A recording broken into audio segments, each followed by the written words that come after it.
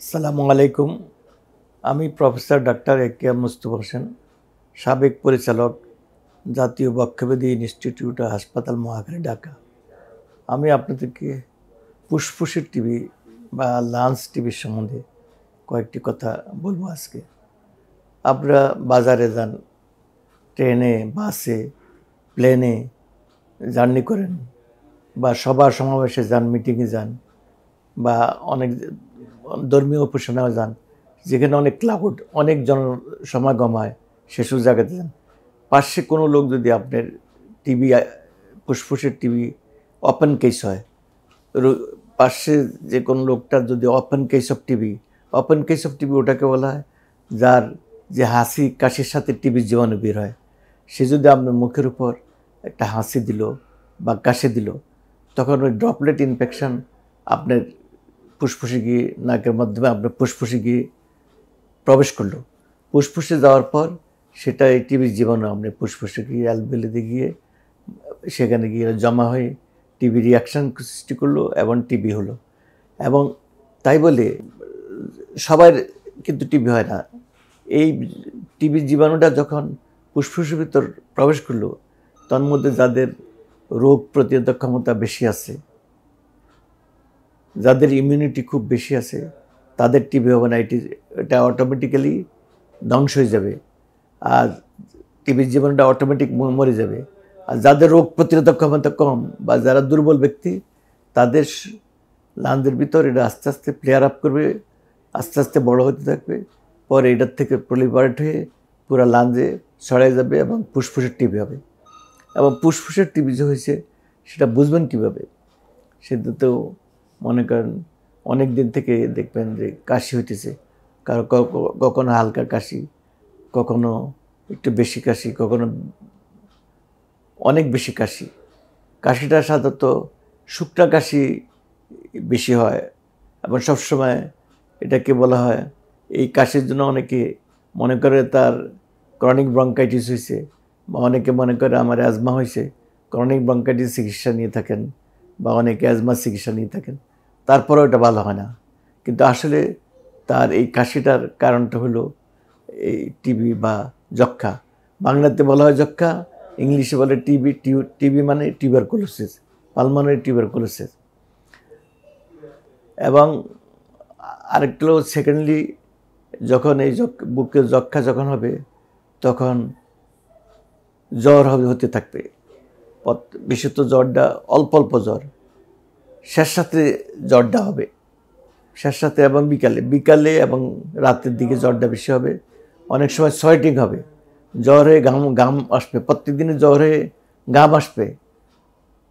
তৃতীয়ত হলো ওজন আস্তে আস্তে কমে যাবে, শরীরের খাওয়ার রুচি কমে যাবে, খাওয়ার কোনো টেস্ট পাবে না, এবং শরীরের ওজনও আস্তে আস্তে কমে যাবে। তখন সে আস্তে আস্তে দুর্বল এবং শক্তিহীন হয়ে যাবে।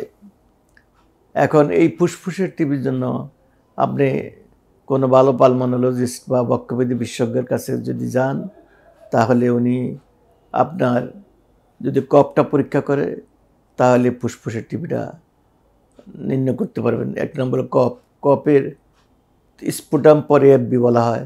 পরপর 3 দিন সকালে মর্নিং স্যাম্পল দিয়ে স্পুটামটা দিবেন পরীক্ষা করার জন্য এখানে টিবি জীবাণু আছে কিনা। এএফবি বলা হয়, অ্যাসিড ফাস্ট ব্যাসিলি। টিবির জীবাণুটাকে বলা হয় অ্যাসিড ফাস্ট ব্যাসিলি। এই স্পুটামে অ্যাসিড ফাস্ট ব্যাসিলি আছে কিনা সকালে মর্নিং স্যাম্পলটা সবচেয়ে ভালো, সেটা টেস্ট করলে পাওয়া যাবে। এখন যদি কারো কফ যদি না আসে, তাহলে নেবুলাইজড, যদি স্যালাইন দিয়ে তাকে নেবুলাইজ করে ইনডিউসড কফ যদি আনা হয় ভিতর থেকে, তাহলেও কফ আসবে। কফ মাইক্রোস্কোপের নিচে এএফবি 3 স্যাম্পল দ্বারা করতে পারে, অথবা জিন এক্সপার্ট করলেও টেস্ট করলেও টিবিটা পাওয়া যাবে। অনেকে করে কি, কফটা দিতে পারে না, কফের বদল থুতু দেয়, তখন থুতু দিলে কিন্তু টিবির জীবাণু আসবে না। আপনাকে কফ দিতে হবে, থুতু দিলে টিবির জীবাণু আসবে না। এক নম্বর হলো এটা। 2 নম্বর হলো বুকের এক্স রে করলে অনেক সময় টিবির জীবাণু পাওয়া যায়। টিবির লিশানটা এক্স রে কতটুকু ছড়াই পড়লো তা পাওয়া যাওয়া। এক্সের ভিতর অনেক সময় এটা লোকালাইজ থাকতে পারে, একটা ক্যাভিটি থাকতে পারে। আর এমন হইতে পারে আস্তে ফুসফুসের কোনো একটা পার্টিকুলার জায়গাতে এটা ক্যাভিটি বা খাসা বেঁধে থাকতে পারে, বা এমন হইতে পারে 2 ফুসফুসে চড়ে যেতে পারে। এমন হইতে পারে এই টিবি জীবাণুটা চিকিৎসা না করলে এটা আস্তে আস্তে ফুসফুসের ভিতরে ইনফেকশন হয়ে পরে এখানে পানি জমে যায় লাঞ্জে, যেটাকে প্লুরাল ইনফেকশন বলা হয়। লাঞ্জে ফুসফুসে পানি জমে যায়। এই পানি আসার কারণ হলো এই টিবি। পানি আসার অনেক কারণ আছে, তার মধ্যে একটা কারণ হলো টিবি যদি চিকিৎসা না করা হয় তাহলে এই পানিও আসতে পারে। তো এক্সরে করলে তাহলে লাঞ্জের ভিতর টিবিটা কতটুকু স্প্রিড করলো লাঞ্জের ভিতর সেটা পাওয়া যায়। আর আলট্রাসোনোগ্রাম করলেও অনেক সময় লাঞ্জের ভিতর যে পানি আসলে সেটা পাওয়া যায়। আর একটা প্রসেস আছে CT scan of the chest. এইসব সিটি স্ক্যান করলেও লাঞ্জের টিবি পাওয়া যায়।